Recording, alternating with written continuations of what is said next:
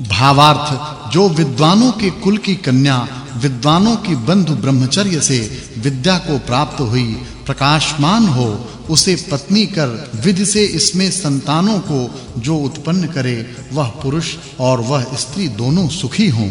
भावार्थ पुरुषों को यह जानना चाहिए कि वे ही पत्नी उत्तम होती है जो सर्वांग सुंदरी बहुत प्रजा उत्पन्न करने वाली शुभ गुण कर्म स्वभाव युक्त हों।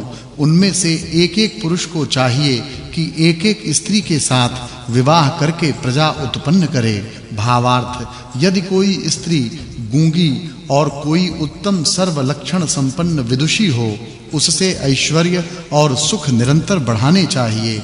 इस सूक्त में विद्वान की मित्रता और स्त्री के गुणों का वर्णन होने से इस सूक्त के अर्थ के साथ पिछले सूक्तार्थ की संगति है यह जानना चाहिए। यह 32वां सूक्त 15वां वर्ग और तीसरा अनुवाक समाप्त हुआ। अब 15 ऋचा वाले 33वें सूक्त का आरंभ है। उसके प्रथम मंत्र में वैद्यक विषय को कहते हैं। भावार्थ सब मनुष्य परमेश्वर को परम पिता न्यायकारी मानकर सुख बढ़ावें, कभी ईश्वर को मानकर विरुद्ध न हों, सहनशील होकर वीरता सिद्ध कर प्रजा के साथ सुखी हों।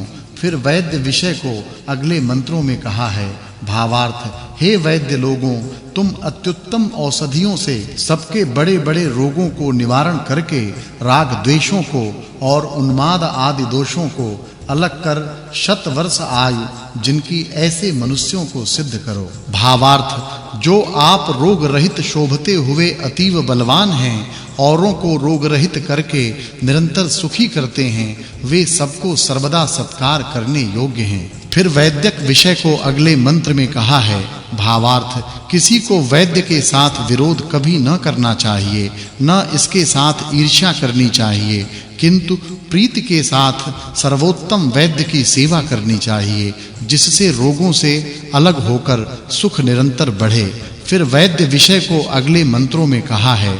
भावार्थ जो वैद्य जन रोग निवारण से हमारी बुद्धि को बढ़ाते हैं उनके साथ हम लोग कभी विरोध न करें। भावार्थ इस मंत्र में उपमा अलंकार है। जो वैद्य हमारे रोगों का निवारण कर मनुष्यों को दीर्घ आयु वाले करते हैं वे सूर्य के समान प्रकाशित कीर्ति वाले होते हैं। फिर वैद्यक विषय को अगले मंत्रों में कहा है।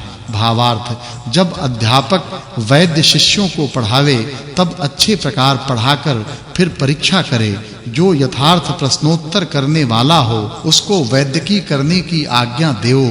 भावार्थ विद्यार्थियों की योग्यता है कि जो उत्तम विद्या ग्रहण करावे उसका सदा सत्कार करें।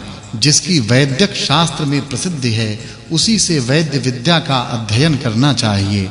अब राजपुरुष के विषय को अगले मंत्र में कहा है। भावार्थ इस मंत्र में उपमा अलंकार है।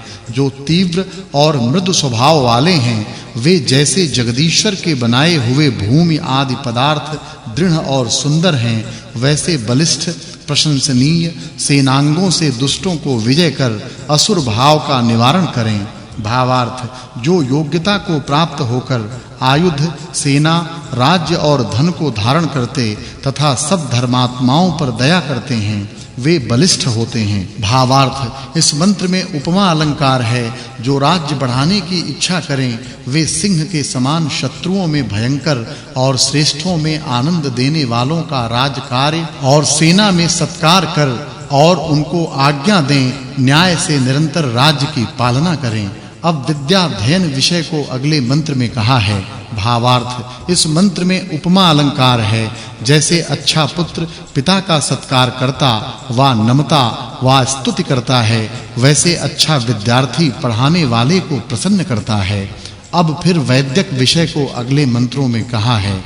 भावार्थ इस मंत्र में वाचक् लुप्तोपमा अलंकार है। मनुष्यों को चाहिए कि पिता और पितामहों तथा अध्यापक व अन्य विद्वानों के प्रति रोग के निवारण के अर्थ औषधि को जानकर अपने और दूसरों के रोगों को निवारण करके सबके लिए सुख की कांक्षा करे।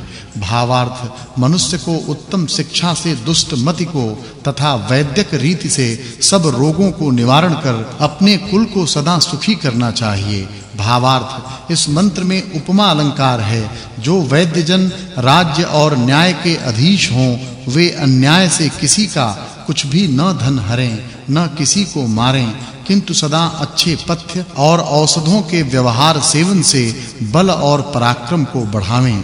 इस सूक्त में वैद्य, राजपुरुष और विद्या ग्रहण के व्यवहार वर्णन होने से इस सूक्त के अर्थ की पिछले सूक्त के अर्थ के साथ संगति है, यह जानना चाहिए।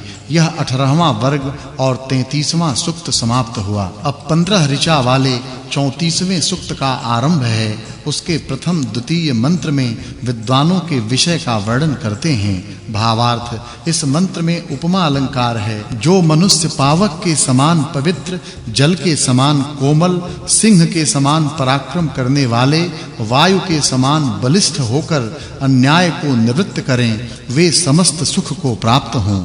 भावार्थ इस मंत्र में उपमा अलंकार है। जो नक्षत्रों के साथ, सूर्य के समान, बद्दलों के साथ, बिजली के समान विद्या व्यवहार रूपी प्रकाश में रमते हैं, वे सोने के लिए रात्रि के समान सबके सुख के लिए होते हैं। अब राज विषय को अगले मंत्रों में कहा है।